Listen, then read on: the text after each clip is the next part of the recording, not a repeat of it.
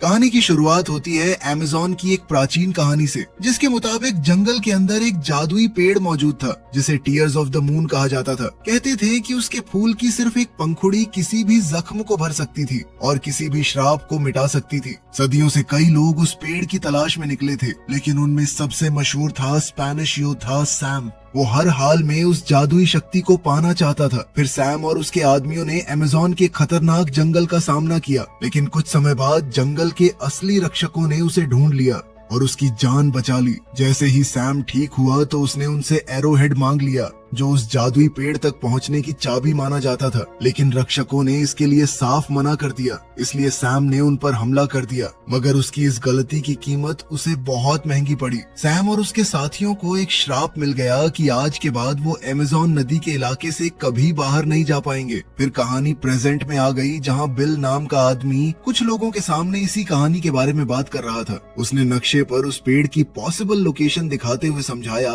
कि अगर उन्हें एरोहेड मिल जाए तो वो एक खोज अभियान शुरू करके टीयर्स ऑफ द मून को ढूंढ सकते थे। लेकिन असल में यह पूरा भाषण उसकी बहन लिली ने लिखा था और वो ऊपर छुपकर खड़ी हर लाइन उसके साथ बोल रही थी। कुछ देर बाद लिली को समझ आ गया कि उसका भाई सोसाइटी को एरोहेड देने के लिए राजी नहीं करा पाएगा, इसलिए उसने खुद ही मामला संभालने का फैसला कर लिया। जब बिल सबका ध्यान भटकाने लगा तब लिली चुपके से सोसाइटी के कॉरिडोर्स में घुस गई। उसके हाथ में एक नक्शा था जो उसे आर्टिफैक्ट्स के कमरे तक ले जाने वाला था, मगर रास्ते में उसकी टक्कर प्रिंस पार्क से हो गई। पार्क को लगा कि वो बस किसी असिस्टेंट का कमरा ढूंढ रही थी, इसलिए उसने बिना शक किए उसे जाने दिया। अब लिली सीधे आर्टिफैक्ट्स कमरे में घुस गई। फिर उसने अपने कपड़े बदल कर लड़कों वाले कपड़े पहन लिए ताकि किसी का ध्यान उस पर न जाए। कुछ देर बाद उसे वो क्रेट मिल गया जिसमें एरोहेड रखा हुआ था। जैसे ही उसने क्रेट खोला तो उसने तुरंत एरोहेड चुरा लिया। लेकिन उसी वक्त अचानक एक सोसाइटी मेंबर प्रिंस पार्क को भी उस कमरे में ले आया। पता चला कि पार्क भी उसी एरोहेड की तलाश में था और जैसे ही उन्होंने क्रेट खोलकर देखा तो एरोहेड गायब था। तभी अचानक पार्क की नजर लिली पर पड़ी, जो वहां से भागने की कोशिश कर रही थी। प्रिंस पार्क ने तुरंत अपने आदमियों को लिली को पकड़ने का हुक्म दिया, लेकिन लिली इतनी आसानी से हार मानने वाली नहीं थी। उसने अपनी चालाकी और फुर्ती का इस्तेमाल करते हुए एक एक करके सबको चकमा दे दिया। लेकिन आखिर में उसका सामना खुद पार्क से हुआ और उसने लिली को रोक लिया और अगले ही पल लिली लाइब्रेरी की खिड़की से बाहर जा गिरी। लेकिन खुशकिस्मती से उसने वहां मौजूद एक सीढ़ी को पकड़ लिया, पर फिर पार्क ने सीढ़ी पर लगी रस्सी खोल दी, जिससे वो और ज्यादा दूर झूल गई। तब पार्क ने उससे कहा कि अगर उसे मदद चाहिए तो एरोहेड उसके हवाले कर दे। फिर लिली ने बिना कुछ कहे उसकी तरफ बॉक्स फेंक दिया और खुद सीधे उस बस में कूद गई जो उसके भाई बिल ने ऐन मौके पर उसके लिए रोकी थी। फिर पार्क ने तुरंत बॉक्स खोला, लेकिन ये क्या, अंदर एरोहेड था ही नहीं। ये देखकर सोसाइटी का एक मेंबर उससे माफी मांगने लगा। लेकिन जैसे ही पार्क को पता चला कि लिली कौन थी, उसने गुस्से में आकर सबको मार डाला। फिर कुछ समय बाद हम देखते हैं कि लिली और बिल अमेज़न जाने की तैयारी कर रहे थे।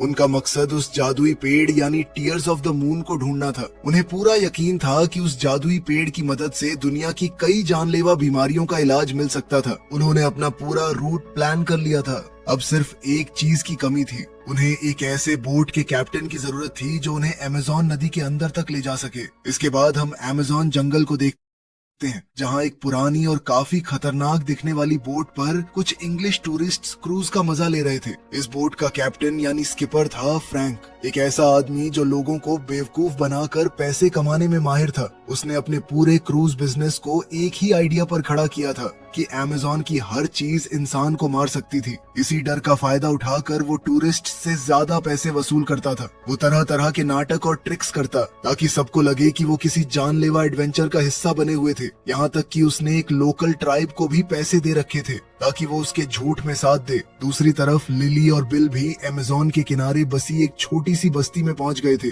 जहां फ्रैंक अपना पूरा काम चला रहा था। लेकिन उन्हें पता नहीं था कि प्रिंस पार्क के आदमी भी उनका पीछा कर रहे थे। खैर, लिली अपने मिशन को लेकर बेहद उत्साहित थी और जैसे ही वो पहुंची तो तुरंत स्किपर की तलाश में निकल पड़ी। उसकी नजर रॉय नाम के आदमी पर थी, जो डॉक पर मौजूद ज्यादातर बोट्स का मालिक लग रहा था। उधर हम देखते हैं कि रॉय सीधे फ्रैंक के पास गया, जो अभी अभी अपनी बोट लेकर वापस आया था। रॉय ने उससे अपना उधार चुकाने को कहा, लेकिन फ्रैंक के पास पूरे पैसे नहीं थे, इसलिए रॉय ने उसकी बोट का इंजन निकाल लिया और लॉक करके रख दिया। उसने उसने साफ कह दिया कि इंजन तभी वापस मिलेगा जब पूरा कर्जा चुकाया जाएगा। फिर कुछ देर बाद लिली और बिल अलग अलग होकर रॉय को ढूंढने लगे और इसी दौरान लिली रॉय के ऑफिस के सामने पहुंच गई, जहां उसकी मुलाकात रॉय की जगह फ्रैंक से हो गई। असल में फ्रैंक रॉय के ऑफिस में चोरी छुपे घुसा हुआ था। उसका मकसद सिर्फ एक था, अपनी बोट का इंजन वापस लेने के लिए चाबी चुराना। लेकिन जब लिली वहां पहुंची तो उसने तुरंत खुद को रॉय बता दिया ताकि उस पर कोई शक न हो। फिर लिली ने बताया कि उसे अमेज़न नदी के अंदर एक खास जगह तक जाना था और वो इस काम के लिए अच्छे खासे पैसे देने को तैयार थी। पैसे का नाम सुनते ही फ्रैंक ने दरवाजा खोल दिया। लिली सीधे अंदर घुस गई और बिना वक्त गवाए उसे नक्शा दिखाकर बताने लगी कि उसे कहाँ पहुँचना था। वहीं फ्रैंक अब भी रॉय बनने का नाटक कर रहा था। उसने कहा कि जहाँ लिली जाना चाहती थी वो जगह बेहद खतरनाक है। खैर फिर उसने पूछा कि ये नक्शा उसे मिला कहाँ से। तब लिली ने बात को टालते हुए कहा कि ये बहुत ही पुराना और सटीक नक्शा है, साथ ही ये उसके पिता की आखिरी निशानी है जो बचपन से उसे टीयर्स ऑफ द मून की कहानियां सुनाया करते थे। ये सुनकर फ्रैंक हंस पड़ा और उसने मजाक में लिली को किसी और एडवेंचर पर जाने की सलाह दे दी। तभी लिली की नजर उस बॉक्स पर पड़ी जिसे फ्रैंक खोलने की कोशिश कर रहा था। उसने तुरंत समझ लिया कि फ्रैंक उसकी चाबी चुराना चाहता था, लेकिन हैरानी की बात ये थी कि उसने खुद ही बॉक्स खोल दिया। बस यही बात फ्रैंक को पसंद आ गई और उसने ये काम लेने का फैसला कर लिया। फिर वो लिली को डील फाइनल करने के लिए एक रेस्टोरेंट में ले गया। वो दोनों सफर की कीमत पर बहस कर ही रहे थे कि तभी बिल असली रॉय को लेकर वहां आ पहुंचा। लिली को तुरंत समझ आ गया कि फ्रैंक ने उसे बेवकूफ बनाया था। वो उससे अलविदा कहकर जाने लगी, लेकिन जाते जाते फ्रैंक की नजर उस एरोहेड पर पड़ी जो लिली ने अपने गले में पहना हुआ था। एरोहेड देखते ही उसकी दिलचस्पी और बढ़ गई। अब वो हर हाल में लिली का गाइड बनना चाहता था, इसलिए वो लगातार अपनी फीस कम करता गया और कहता रहा कि उससे बेहतर कोई भी उसे उस जगह तक नहीं ले जा सकता। लेकिन उसी वक्त रेस्टोरेंट में अचानक एक जैगवार घुस आया। उसे देखते ही रॉय डर कर छुप गया, जबकि फ्रैंक लिली और बिल के सामने खड़ा हो गया। कुछ देर तक उसकी जैगवार के साथ बढ़िया लड़ाई चली और फिर उसने मीट का एक टुकड़ा बाहर फेंक कर जैगवार को भगा दिया। जैगवार से निपटने का फ्रैंक का अंदाज देखकर लिली का भरोसा उस पर जम गया और उसने उसी वक्त उसे अपने गाइड के तौर पर रख लिया। फिर कुछ समय बाद फ्रैंक डॉक पर उन दोनों को लेने पहुंच गया, लेकिन मुसीबतें अभी खत्म नहीं हुई थी। असल में प्रिंस पार्क के लिए काम करने वाले कुछ लोकल लोगों ने लिली को अगवा कर लिया। उधर फ्रैंक और बिल रॉय के आदमियों से बचने के लिए बोट लेकर निकल पड़े। खुशकिस्मती से लिली ने भी ज्यादा देर नहीं लगाई। उसने डॉक के आसपास जबरदस्त दौड़ भाग और चालाकी दिखाते हुए अपने किडनैपर से छुटकारा पा लिया और आखिरकार फ्रैंक और बिल ने उसे बोट पर चढ़ा लिया। फिर जैसे ही तीनों वहाँ से दूर निकलने लगे तो पार्क को खबर मिल गई कि लिली उसके हाथ से निकल चुकी थी। ये सुनते ही उसने अपने आदमियों को सबमरीन ऊपर लाने का हुक्म दिया। वो किसी भी कीमत पर टीयर्स ऑफ द मून तक पहुंचना चाहता था, क्योंकि उसका मानना था कि उसकी शक्ति जर्मनी को वर्ल्ड वॉर 1 जीतने में मदद कर सकती थी। अब सबसे पहले पार्क ने उनकी बोट पर गोलियां चलानी शुरू कर दी, लेकिन जब उससे कोई फायदा नहीं हुआ तो उसने सीधे उन पर टॉर्पीडो दाग दिया। ऐसा लग रहा था कि अब तो सैम और उसके साथियों का बचना नामुमकिन है। लेकिन आखिरी पल पर फ्रैंक ने अपनी बोट को इतनी चालाकी से मोड़ दिया कि टॉर्पीडो उन्हें छू भी नहीं पाया। लेकिन इसी दौरान अचानक सबमरीन का प्रोपेलर एक मोटी रस्सी में उलझ गया और अगले ही पल पूरी सबमरीन डॉक की तरफ घिसटती चली गई। इसका टकराव इतना जबरदस्त था कि रॉय की लगभग सारी बोट्स तबाह हो गईं। अब फ्रैंक, लिली और बिल आखिरकार टीयर्स ऑफ द मून की तलाश में निकल चुके थे। सफर के दौरान बिल तपती गर्मी से काफी परेशान रहता था, लेकिन लिली अमेज़न के हर पल का मजा ले रही थी। नदी के आसपास नजर आने वाला हर अजीब जानवर उसे उत्साहित कर देता। वो अपने कैमरा से लगातार वीडियोस बनाती रहती थी, यहाँ तक कि फ्रैंक भी उसकी रिकॉर्डिंग का हिस्सा बन गया। फ्रैंक को कैमरा काफी दिलचस्प लगा, इसलिए उसने भी उसे चलाकर देखना शुरू कर दिया और इसी बीच दोनों के दरमियान एक हल्की सी केमिस्ट्री भी नजर आने लगी। लेकिन अचानक लिली के दिमाग में एक आइडिया आया। उसने फ्रैंक से कहा कि वो बोट को एक नए रूट पर ले जाए। ये रास्ता ज्यादा खतरनाक था, लेकिन सफर को काफी छोटा कर सकता था। फ्रैंक को ये आइडिया बिल्कुल पसंद नहीं आया। उसने लिली को काफी समझाने की कोशिश की, लेकिन जब वो नहीं मानी तो उसने मजबूरी में उसकी बात मान ली। फिर रात होते ही फ्रैंक ने बोट को किनारे लगा दिया ताकि इंजन कुछ देर आराम कर सके। इधर बिल सोने चला गया, जबकि फ्रैंक और लिली डेक पर बैठकर बातें करने लगे। धीरे धीरे दोनों एक दूसरे को बेहतर समझने लगे। लेकिन तभी बिल के साथ एक अजीब हादसा हो गया। उसका सामना जैगवार सैली से हो गया, जो सीधे डेक तक पहुंच गई। बिल डर के मारे जम सा गया, लेकिन फ्रैंक ने आराम से सैली को आवाज लगाई और अगले ही पल वो बिल का चेहरा चाटने लगी। तब लिली को पता चला कि सैली असल में फ्रैंक की ही पेट जैगुआर थी। ये जानकर वो काफी नाराज हो गई। उसे लगा फ्रैंक ने उसे बेवकूफ बनाया था और जो थोड़ा बहुत भरोसा उसने फ्रैंक पर किया था वो भी टूट गया।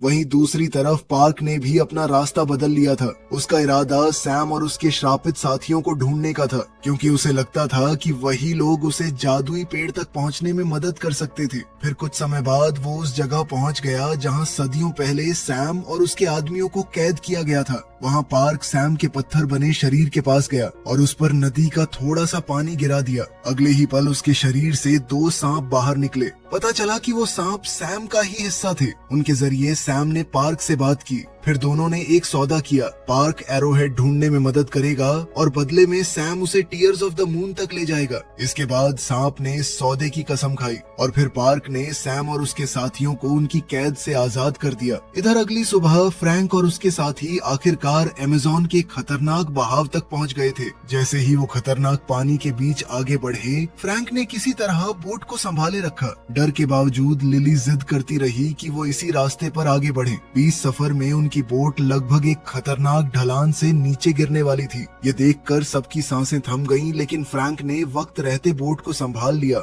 और उसे शांत पानी की तरफ ले आया, जिसके बाद उन सबकी जान में जान आई। खैर कुछ देर बाद फ्रैंक और बिल इंजन के लिए लकड़ी इकट्ठी करने लगे। तब बिल ने बताया कि वो लिली के साथ इस मिशन पर क्यों आया था, जबकि वो उसकी तरह एडवेंचरस बिल्कुल नहीं था। असल में जब उसे एहसास हुआ कि वो गे था, तब पूरे परिवार में सिर्फ लिली ही उसके साथ खड़ी रही थी और इसी वजह से वो उसके लिए कहीं भी जाने को तैयार था। उधर लिली चुपके से फ्रैंक के कैबिन में घुस गई और वहाँ उसे एक हैरान कर देने वाली चीज मिली। जब फ्रैंक वापस बोट पर आया तो लिली ने उससे कैबिन में मिले मैप्स और डॉक्यूमेंट्स के बारे में सवाल किया। उसे लगा कि फ्रैंक भी उसी पेड़ की तलाश में था। फ्रैंक ने कहा कि हाँ, किसी जमाने में ऐसा था, लेकिन बहुत पहले। उसने बताया कि अमेज़न आने की उसकी वजह भी वही थी। वो भी उस जादुई ताकत की तलाश में आया था, लेकिन उसे कभी ढूंढ नहीं पाया। लेकिन तभी अचानक फ्रैंक की किराए पर रखी हुई ट्राइब ने उन पर हमला कर दिया। कुछ देर तक वो लोग लिली और बिल के सामने ये नाटक चलाते रहे। फ्रैंक ट्रांसलेटर बनकर लिली और ट्राइब के चीफ के बीच बात करवाता रहा, लेकिन जब लिली ने बात कुछ ज्यादा ही आगे बढ़ा दी तो चीफ ने पूरा नाटक खत्म करने का फैसला कर लिया। कुछ समय बाद लिली ने चीफ से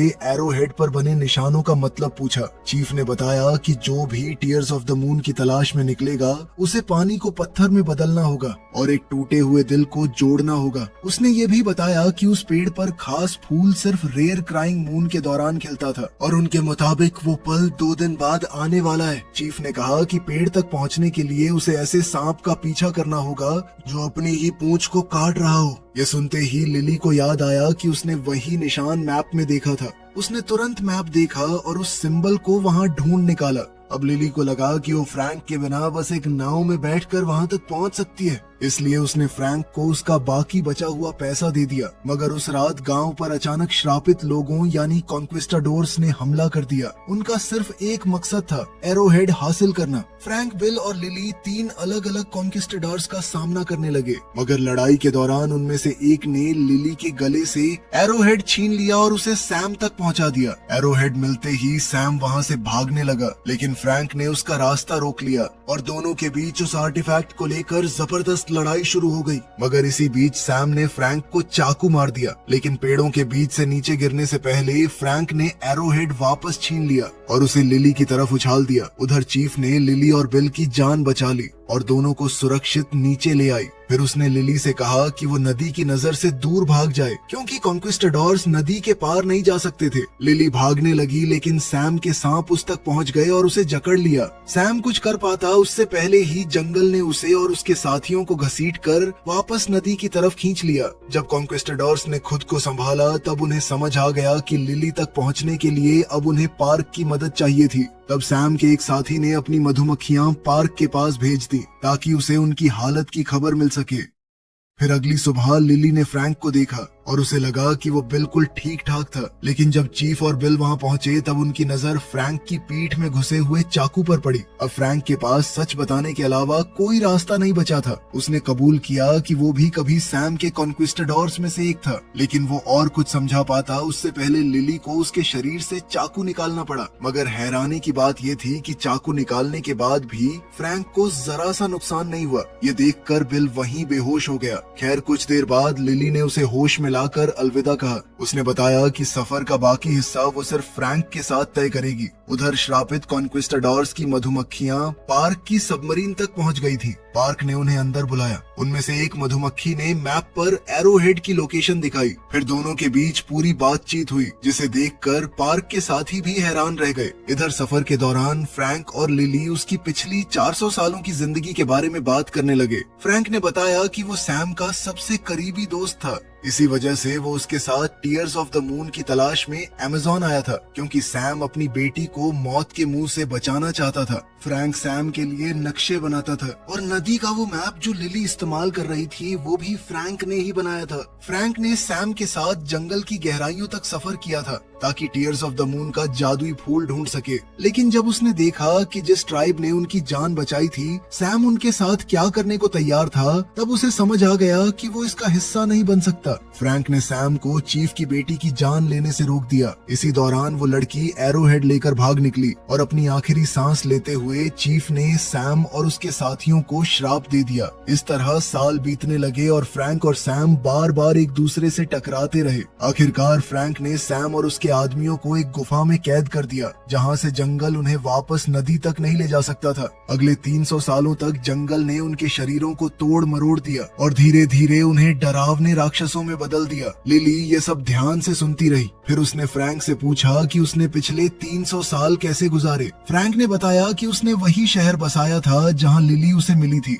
इन सालों में उसने कई दोस्त बनाए और उन्हें खोया भी। बाद में उसने टीयर्स ऑफ द मून की तलाश शुरू की। उसने अपनी बोट बनाई और पूरी नदी छान मारी, लेकिन उसे कुछ नहीं मिला। आखिर में थक हार कर उसने तलाश छोड़ दी और वो टूरिस्ट गाइड बन गया। अपनी इस बेहद लंबी जिंदगी में उसने काफी सारी बड़ी बिल्लियों को भी पाला।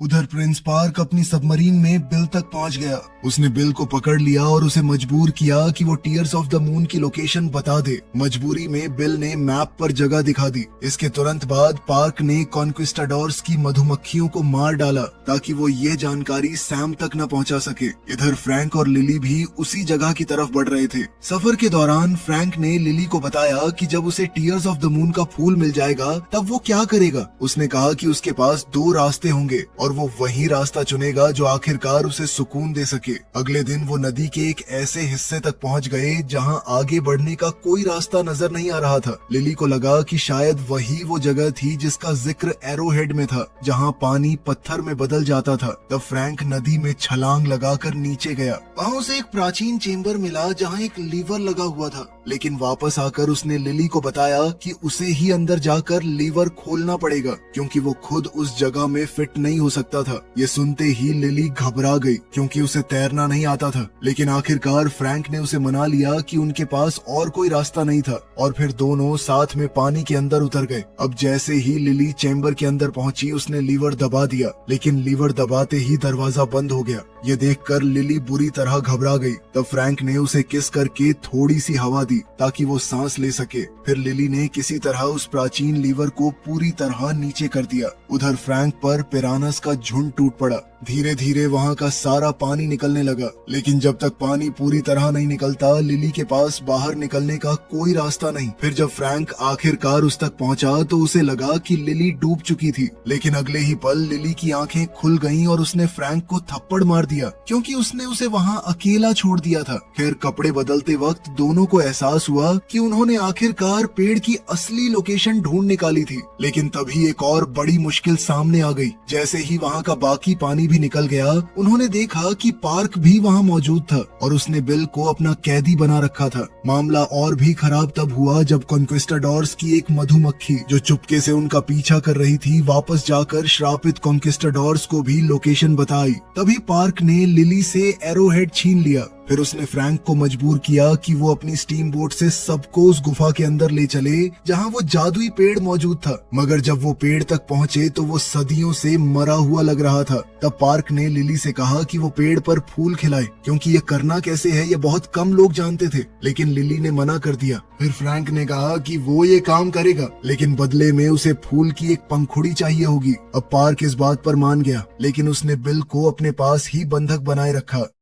फिर फ्रैंक ने पार्क से एरो हेड लिया और आगे बढ़ने का रास्ता ढूंढने लगा। जब वो तुरंत कामयाब नहीं हुआ तो पार्क ने लिली को भी उसकी मदद करने पर मजबूर कर दिया। फिर दोनों ने मिलकर पहेली सुलझानी शुरू की और तब उन्हें पता चला कि एरो हेड असल में एरो हेड था ही नहीं, दरअसल वो एक दिल था। निशानों के मुताबिक उन्होंने उसे तोड़ दिया और उसके अंदर से एक जादुई टुकड़ा निकाला। फिर उस टुकड़े को पत्थर के एक हिस्से पर रखा गया और जुड़े हुए दिल को दूसरी तरफ। जैसे ही यह हुआ, पेड़ की जादुई ताकत सामने आने लगी। चांदनी की रोशनी में वो पेड़ धीरे धीरे खिलने लगा और कुछ ही पलों में वो पूरी तरह फूलों से भर गया। लेकिन पेड़ के खिलते ही लिली ने फ्रैंक को गोली मार दी। गोली लगते ही फ्रैंक गुफा की गहराई में जा गिरा। उधर पार्क ने तुरंत अपने आदमियों को हुक्म दिया कि क्राइंग मून के खत्म होने से पहले सारी पंखुड़ियां तोड़ ली जाए। इसी बीच फ्रैंक ने पार्क के आदमियों से बिल को बचा लिया। फिर सैली की मदद से दोनों ने मिलकर स्टीम बोट पर दोबारा कब्जा कर लिया।